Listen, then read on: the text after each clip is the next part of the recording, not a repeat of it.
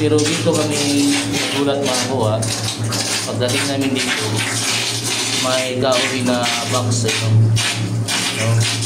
So nakahang na yan ngayon, tinignan namin no? So tayo na. So tingnan natin ito. So ito lang ginagamit-gamit pagka ganito, tapos hindi matalas no? Ayan, no? So yan yung nakita namin no? Kahoy na i-box. Ayan. So bali malaki-laki pang trabahuin ko kasi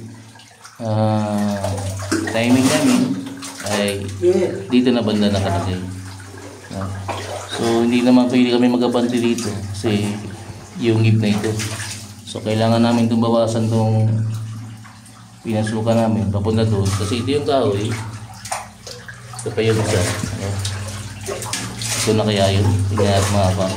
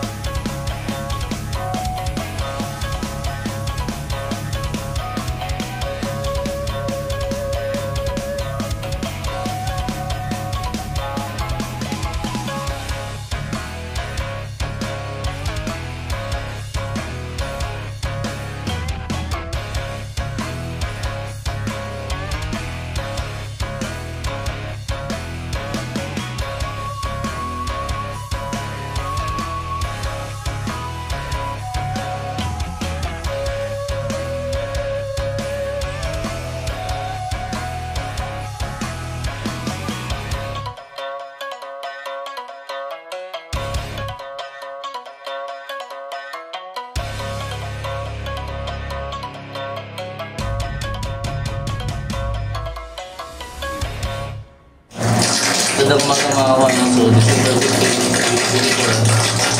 2024. Nandito kami sa bahay ng Grants. Sulugin na bahay. So, pakita ko sa inyo yung nakita namin para at least sabihin din yung napagod na naglagay, no? So, hindi nyo makikita yung dito. Subukan ko ba rin yung video.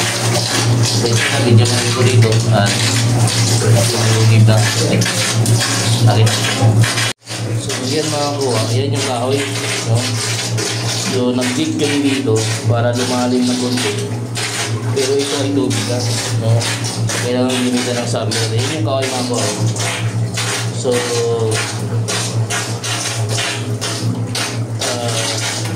minabawas-bawasan namin yung lupa at maintain namin yung tubig. Kasi mapupuno kami ng tubig dito at ito ay na babar daw, no? So yan yung butas, may butas na lang yan dyan. Pero dito kami gulat makakuha. Pagdating namin dito, may kahoy na box ito. No? So nakahang na yan ngayon, tinignan namin. No? So tayo yan. So tingnan natin ito. So ito lang ginagamit-gamit pagka ganito, tapos hindi matalas. No? Ayan, no? So yan yung nakita namin, no? Kahoy na i-box. Ayan. So bali malaki-laki pang trabahuin ko kasi timing namin ay dito na banda nakalagay. No? So hindi naman pwede kami magabante dito kasi yung gip na ito. So kailangan namin itong bawasan itong pinasukan namin papunta doon kasi ito yung kahoy. Ito pa yung isa. No? Ito na kaya yun. Tingnan natin mga kapang. So nagulat lang kami dahil nag-4-man box yan. Ano ilang ito? Isa, dalawat kalahati. Ang taas hindi ko pa sukat kasi may ceiling pa sa ceiling. No? So ito yung kahoy na inaapakan malamang nila o yung parang foundation nila, pero buhangin na nakalagay. Itong sa taas ay ano ito, backfill, no? Binalik na lupa, inaplas dyan kasi yung pula yung original ko, yun ang pula, yan yung original pula. So yung baba niyan backfill, ang dito backfill yan. So nilagay ito, bali may kahoy pa dito sa baba ito. Dito may kahoy din dito. Dito may kahoy din dito. Tapos may kahoy rin dito yan. Tapos ito hindi pa namin nakikita to. No? So ngayon nakikita na namin. Ito na yung kahoy na lumabas. So kung tutusin, napakalaking kahoy na pwedeng paglagyan. No? Hindi pa namin sure yan kung yan na ba talaga. Pero at least nasa tamang direction kami. So hindi na kami nalalim. No? Kasi pag lumalim din sila dito ay watercraft na. No? So dahil modern na yung buhay ngayon ay mayroon na tayong submer. No? So yung pagkalibing nila, for just information, ay hindi ka aabot ng tubig. So malapit ka lang umabot ng tubig. So pag nagkamali ka ng digging, inabot mo yung watercraft tulad ka naman, malamang hindi mo makukuha. No? So mapupuno ka na ng tubig. So ito mga kuha, malamang ay dito lang area to. So hindi ko lang sasabihin kung saan dito kapag nasilipan kami. No? So ito mga kuha, papakita ko lang sa inyo kung paano yung nangyayari. So ang last kunti, no? Kasi kunti, tingnan mo yung lugar namin, no?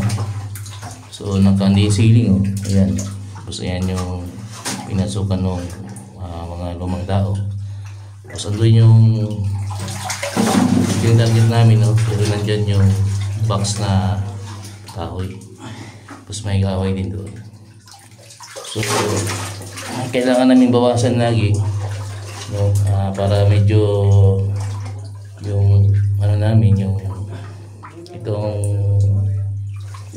area namin ay hindi mapuno ng buhangin. Kasi mapupuno ng buhangin dahil dala nung malakas na tubig. So ang kailangan lang namin dito ay papunta kami dyan na area. So dito lang yung submer. So papunta kami dyan. So dito wala na ito. Hindi na namin papasokan yan. So dito lang kami papunta mga po. So ito yung update namin, no? Sa December 15, 2022 dito sa bahay ng veterans. Sa mga nagsasabi dyan na wala daw treasure, kaya nga siya veterano at namili siya ng lugar kasi meron siyang gustong hanapin. So pinuntahan din ito ng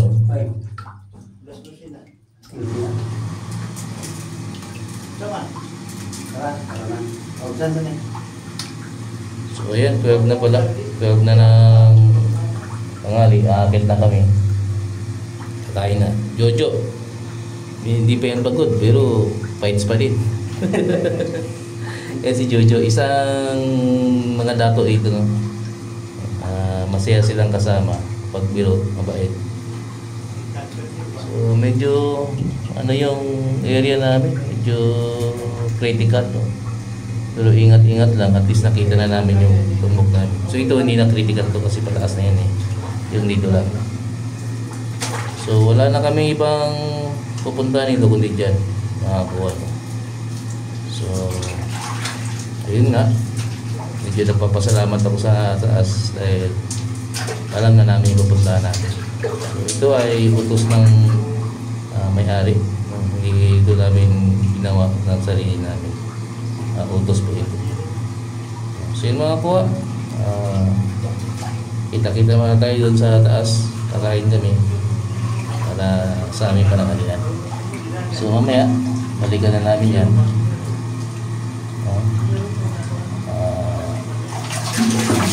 Yan, medyo mabigat talaga pag buhangin yung biyadala namin.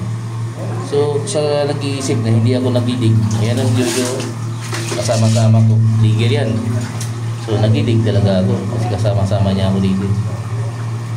So malakas ang pinto. Tinamaan namin yung water drop. Pero dahil hindi 5 yung submer, hindi 5, ay baliwala lang siya. Yan yung apakan na yan, yung kahon na yan. Yan yung palatandaan na nasa tamang sukat ka na.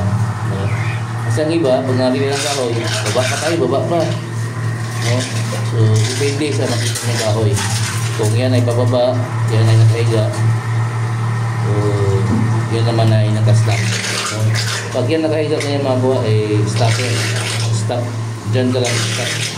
Kanang bumaba pa, kay tubig yung datangan mo. So, kami nga, pinamahan namin tubig. So, yun na, pinaya namin. So, nasa taas lang pala. Stopper, tapos nag-stop na bago magtubig. Kasi yun yung tubig mo ako. Doon dyan no. Oh, akit na kami. Kina. Tapos dito yung item na. So yun mga ano. Masaya kami ngayong umaga. At least kita-kits na kami. No? Nagkita rin kaming dalawa. No? Sino yung nagsasabing hindi ako marunong presyo? No? So, ako di ako nagmamayabang. Pero marami na rin mga tulungan. So, yun mga kuha. Kita-kits mamaya for updates. Ayos. So, ayun mga kuha, no? Gabi na. At napakalamig dito sa Bukidnon, no? So, daog na mga kuha. So, painit. Medyo malakas ka pa eh. Isa na naman mainit, no? So, yun mga kuha, no? Magkita-kita tayo bukas. Baka pauwi na. Ayos. So yun mga kuha, tapos ng trabaho, tayo ay uwi na at maghintay na lang sa ating grasya. Ayos, medyo masama ang panahon. Ganito siro talaga sa bukid. Mga kuha, ganda ng lugar. So, doon yung budlok saan kami nanggaling. So nakakamiss din talaga pag naglalakbay ka, titingin ka sa mga paligid. Nakakawala ng stress, ang pagod, at medyo sinuwerte pa tayo. Ayos talaga. So yun mga kuha, huwag kayong sumuko at kayo rin aabot din sa panahon na kayo naman ang may swerte. Ayos! Siya.